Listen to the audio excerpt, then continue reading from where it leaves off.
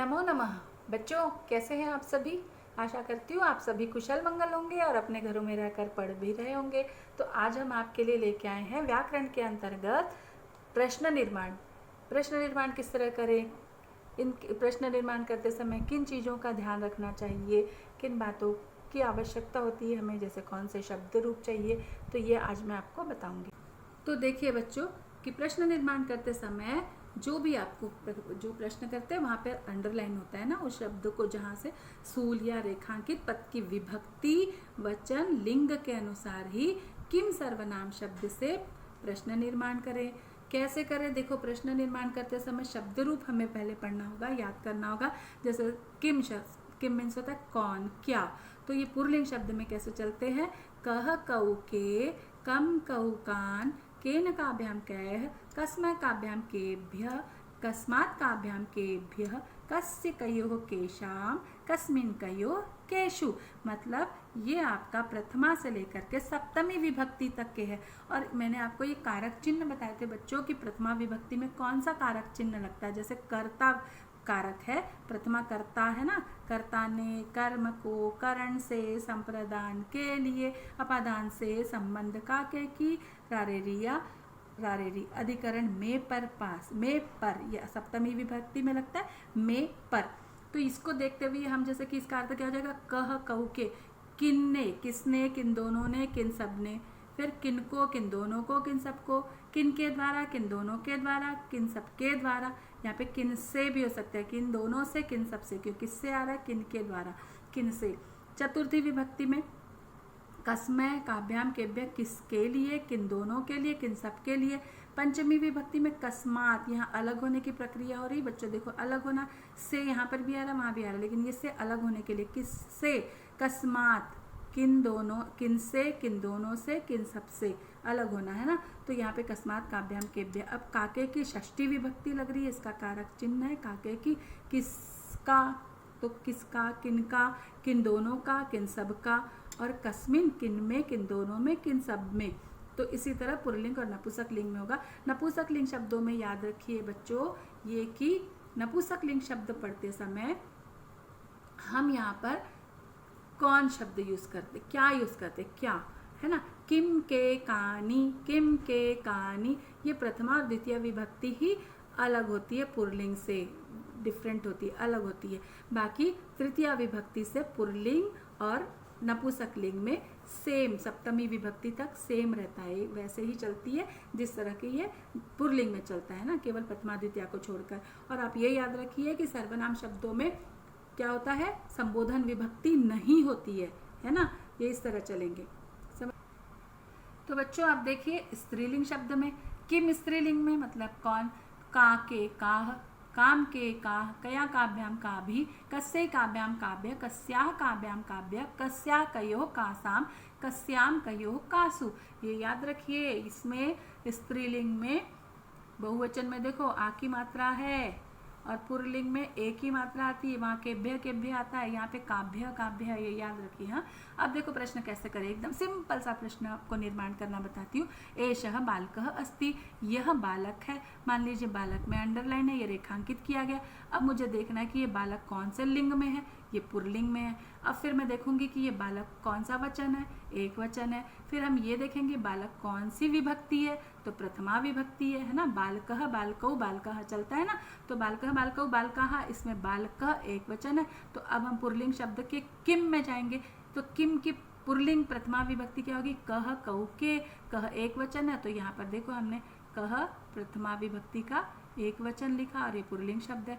वैसे ऐशा बालिका अस्ति, तो ऐशा का अस्ति, क्योंकि बालिका स्त्रीलिंग है इसलिए का आएगा, का के कहा मैंने बताया था। अब एतत् फलम अस्ति, क्योंकि मैंने आपको नपुंसक लिंग बताया था, एतम किम के कानी आता है, तो एतत् फलम, फलम प्रथमा विभक्ति एक वचन है, इसलिए यहाँ पर एतत् किम अस्ति, यहाँ पे किम आएगा, है ना। एक वचन है, प्रथमा विभक्ति है।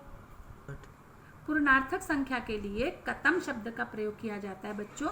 आप बोलते हो ना मैं कक्षा में पहला स्थान प्राप्त किया हूँ, वो हमारे पहले प्रधानमंत्री थे। तो देखो यहाँ पर प्रश्न के सर आप क्वेश्चन है, ये वाक्य क्या दिया हुआ है? अरुणः प्रथमम स्थानम अलभत।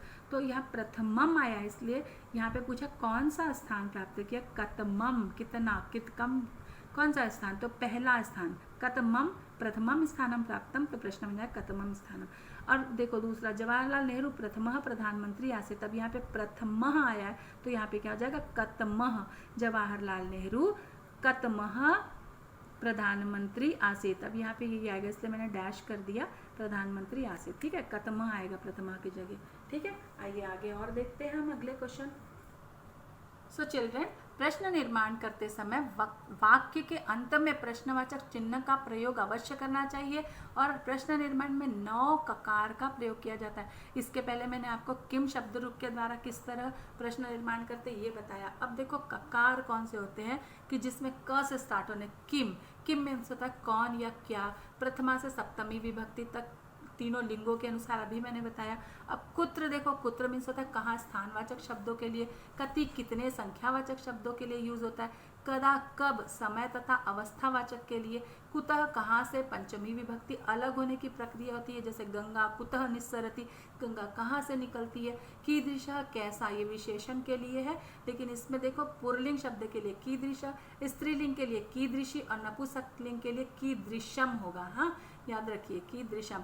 अब कथम कैसा, ये क्रिया विशेषण है, जैसे कि घोड़ा तेज दौड़ता है, अश्वः वेगेन धावति, तो कैसे दौड़ता है, वेगेन तेजी से दौड़ता है, यहाँ क्रिया विशेषण शब्द होता है, कथम धावती आ जाएगा।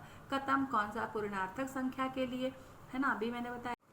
किमर्थम किस लिए के अर्थ व चतुर्थी विभक्ति और तुमुन प्रत्यय के लिए होता है। बच्चों याद रखिए, तुमुन में तुम शेष रहता है ना, उनका लोप हो जाता है। किमर्थम किस लिए। अब देखिए आगे, प्रश्नवाचक के लिए सामान्य वाक्य निर्माण अभ्यास कार्य देखते हैं हम कैसे करते हैं। सर्वप्रथम किम शब्द रूप का तीनों लिंगों का ज्ञान होना आवश्यक है। संख्यावाचक शब्द के लिए कुत्र का प्रयोग करना चाहिए। सह गृहम गत्वा कार्यम करोति, सह कुत्र गत्वा कार्यम करोति। खगाह गगने उत्पतंति, गगन में आकाश में, तो सप्तमी विभक्ति लगी और ये गगन बालक के समान चलेगा, है ना, तो बालका बालको बालका, तो बालक की सप्तमी बालके हो गई, तो गगन की गगने, तो यहाँ पे कुत्र आएगा क्योंकि यहाँ पर कहाँ पर पूछा है, इसलिए यहाँ पे अव्यय पद है ये कुत्र। उसके बाद देखिए बच्चों, संख्यावाचक शब्दों के लिए कति शब्द का प्रयोग होगा, है ना। मैंने आपको ये वाली बात जो बताई है, ये आप ध्यान रखिए कि जब ये कहाँ पर पूछा गया है, स्थान पूछेगा, तब वहाँ पर कुत्र शब्द का प्रयोग होगा, है ना। अब यहाँ देखिए, संख्या शब्दों के लिए कति शब्द का प्रयोग होगा। कति मीन्स कितने, कक्षायाम चत्वारिंशत् छात्रा सन्ति, कक्षा में कितने छात्र हैं, ये आपका, और अंत में प्रश्नवाचक चिन्ह लगाया, तो कक्षा में, कक्षायाम कति छात्राः सन्ति। गृहे 5 जनाः, घर में 5 लोग हैं, तो गृहे कति जनाः सन्ति। अब देखिए, समयवाचक तथा अवस्थावाचक शब्दों के लिए कदा शब्द का प्रयोग। रामः प्रातः काले उत्थाय पठति, राम प्रातः काले सुबह के समय में उठकर वो पढ़ता है, तो राम कदा, अब कब पूछा, सुबह पढ़ता, समय बता रहा है, कदा उत्थाय पठति, तो ये प्रश्नवाचक चिन्ह क्यों लगेगा बच्चों यहाँ पर, क्योंकि ये प्रश्न पूछा जा रहा है ना, ये इसमें जरूरी है। रामः कदा उत्थाय पठति, क्वेश्चन मार्क। कालिदास शैशवे मूर्खासीत्, बचपन में मूर्ख थे, तो वहाँ पे अवस्था बता रहा है, कब, बचपन की अवस्था, बचपन में कदा आएगा। मम जनक सार्ध पंचवादने, समय बता रहा है, वो 5:30 बजे मेरे पिताजी उठते हैं, तो कब उठते हैं, इसलिए कदा आएगा। और विशेषण के लिए देखो, मैंने बताया था वहाँ पीछे कि कीदृशः का प्रयोग कैसे होता है। तन्मय योग्य बालकः अस्ति, अब ये पुल्लिंग शब्द है बालकः, इसलिए यहाँ पर योग्य बालकः, तो बालक कैसा, योग्य बालक है, किस प्रकार का, योग्य है, तो यहाँ पे कीदृश आएगा क्योंकि पुल्लिंग है। योग्या बालिका अस्ति, तान्या योग्या बालिका स्त्रीलिंग शब्द है और योग्य है, इसलिए यहाँ पे कीदृशी बालिका अस्ति आएगा। एतत् मधुरम फलम अस्ति, अब ये नपुंसकलिंग शब्द है फलम और मधुरम, तो यहाँ पे क्या आ जाएगा, एतत् मधुरम फलम अस्ति, है ना, फल की विशेषता बता रहा है यहाँ पे ये कि किस प्रकार का फल है, तो एतत् मधुरम फलम अस्ति, एतत् कीदृशम फलम अस्ति। क्रिया विशेषण के लिए, अब देखो विशेषण के बाद में क्रिया विशेषण बता रही। क्रिया विशेषण के लिए कथम का प्रयोग किस तरह, अश्वा वेगेन धावंती, घोड़े तेजी से दौड़ते हैं, तो यहाँ पे वेगेन आया, कैसे दौड़ते हैं, कथम, है ना, कथम आएगा। मेघा उच्चय गर्जन्ति, मेघ बादल जो है जोर से गरजते हैं, तो उच्चय के लिए यहाँ पे आ गया कथम गर्जन्ति। अर्थम चतुर्थी विभक्ति तुमुन प्रत्यय में किमर्थम का प्रयोग होता है। वृक्ष परोपकाराय फलंती, वृक्ष परोपकार के लिए आया बच्चों, तो यहाँ पे किमर्थम, अर्थम क्या है, किस लिए, किमर्थम फलंती, जाते हैं, बहुवचन में है। बालका किमर्थम विद्यालयम गच्छति, अहम पठनार्थम पुस्तकालयम गच्छामि, मैं पढ़ने के लिए पुस्तकालय को जाता हूँ, तो यहाँ पे आएगा अहम किमर्थम पुस्तकालयम गच्छामि, तो ये किमर्थम आया, एंड में प्रश्नवाचक चिन्ह लगाया। समझ में आ गया। अब आइए हम कुछ अभ्यास वर्क देखते हैं। तो देखिए बच्चों, अब क्लास 10th के लिए कुछ मैंने चैप्टर वाइज 1-2 चैप्टर के कुछ क्वेश्चंस के द्वारा आपको समझाने का प्रयत्न किया। देखिए, शकटी यानम कज्जल मलिनम धूमम मुच्चति, देखो कज्जल मलिनम में अगर है तो यहाँ पे आ जाएगा कीदृशम, क्या आ जाएगा, कीदृशम, और धूमम में अगर होगा तो किम आएगा, क्योंकि धुआं छोड़ता है ना, क्या छोड़ता है, धुआं छोड़ता है, तब किम आ गया। और किस प्रकार का धुआं छोड़ता है, तब यहाँ पे कीदृशम आया। उद्याने पक्षिणाम कलरम चेत प्रसादयति, अब पक्षिणाम देखो ये षष्ठी विभक्ति बहुवचन है, तो केशाम कलरवम, किसके कलरव से, तो यहाँ पे केशाम आया। वैसे ही कवि मानवस्य जीवनस्य कामना करोति, कवि मानव के जीवन की कामना करता है। मानवस्य यहाँ पे षष्ठी विभक्ति है, एक वचन है, तो यहाँ पे क्या आ जाएगा, किम की षष्ठी विभक्ति एक वचन में जाएंगे कस्य, और कस्य क्यों आया, क्योंकि ये मानव पुल्लिंग शब्द है ना, बालक के समान जनः जनौ जनः, या बालकः बालको बालका उसी के समान चलेगा, तो कस्य आएगा, षष्ठी विभक्ति बालकस्य, तो मानवस्य, और किम की कस्य। महानगर मध्ये कालायश्चक्रम अनिशम चलति, महानगर में बोला है, महानगर में क्या होता है बच्चों, लोहे के जो चक्के होते हैं दिन और रात चलते हैं ना, कल कारखाने चलते हैं कि नहीं, तो इस तरह यहाँ पे महानगर मध्य बोला गया है, तो महानगर के लिए कुत्र शब्द आया, क्योंकि स्थान पूछा कहाँ पर, कुत्र। देन प्रकृत्या सन्निध वास्तविकम सुखम विद्यते, तो किसके सानिध्य में, तो इसलिए यहाँ पे कस्य आया। क्यों कस्य आया, क्योंकि यहाँ पे स्त्रीलिंग शब्द है, ये प्रकृति, प्रकृति की षष्ठी विभक्ति है प्रकृत्याः, है ना, के सानिध्य में। चक्रम सदा वक्रम चलती, चक्का सदा, पहिया जो है हमेशा वक्र टेढ़ा चलता है, तो कथम चलती, कैसा चलता है, क्रिया विशेषण है, चल रहा है, चलती वक्रम चलती, है ना, तो ये आ गया चलती का ये विशेषण, क्रिया का विशेषण कथम आएगा। मार्गे सा एकम व्याघ्रम ददर्श, मार्ग में उसने एक बाघ को देखा, किसको देखा, तो यहाँ पे कम आ जाएगा, द्वितीय विभक्ति एक वचनम। राजसिंह तत्र राजसिंह नाम राजपुत्र वसति, राजपुत्र प्रथमा विभक्ति एक वचन है, इसलिए यहाँ पे कह आ जाएगा, तत्र राजसिंह नाम कह वसति स्म, अंत में क्वेश्चन मार्क साइन दोगे। व्याघ्र श्रृगालेन सहितम पुनः आगच्छत, व्याघ्र केन सहितम पुनः आगच्छत, बुद्धिर्मति पितुर्गृहम प्रतिचलिता। अब देखो यहाँ पितुर्गृहम बोला है, क्योंकि पिता के घर बोला है बच्चों, पिता के घर, तो प्रति आया इसलिए द्वितीय विभक्ति होगी, उपपद विभक्ति है यहाँ द्वितीय उपपद, इसलिए किम आया, और पितुर्गृहम पिता के घर की ओर, इसलिए कुत्र स्थान बताया, तो दोनों आ सकता है। त्वयामयम व्याघ्रतयम दत्तम, तुम्हारे द्वारा मुझे 3 बाघ देने का, तो ये यहाँ पर बच्चे गलती करते हैं, कया लिख देते हैं, जो कि गलत है। क्यों, क्योंकि त्वया यहाँ पे वो श्रृगाल को बोल रही है, तुमने मुझे 3 बाघ दिए, तो ये श्रृगाल जो है वो बहुवचन है, तो केन सॉरी पुल्लिंग शब्द है, इसलिए यहाँ पे केन आएगा, है ना, एक वचन है, केन और पुल्लिंग, इसलिए केन आएगा। किम की पुल्लिंग में आप जाओगे तो केन हो जाएगा ये, ठीक है। ये देखो ये केन शब्द लिखा है।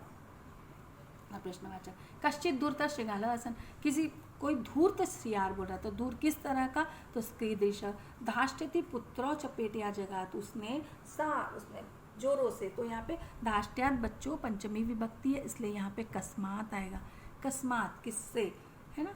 तुम मानुष्यात अपि विभेति, तुम मनुष्य से भी डरते हो, यहाँ विभेति आया है, विभेति जहाँ रहता है वहाँ पंचमी विभक्ति लगती है, याद रखिए, तो यहाँ पे हो जाएगा मानुष्यात। समझ में आया बच्चों, मानुष्यात क्यों आया, क्योंकि विभेति एक तो पंचमी है, और तुम मनुष्य से डरते हो, तो यहाँ पे इसलिए आ गया कस्मात, तुम कस्मात अपि विभेति।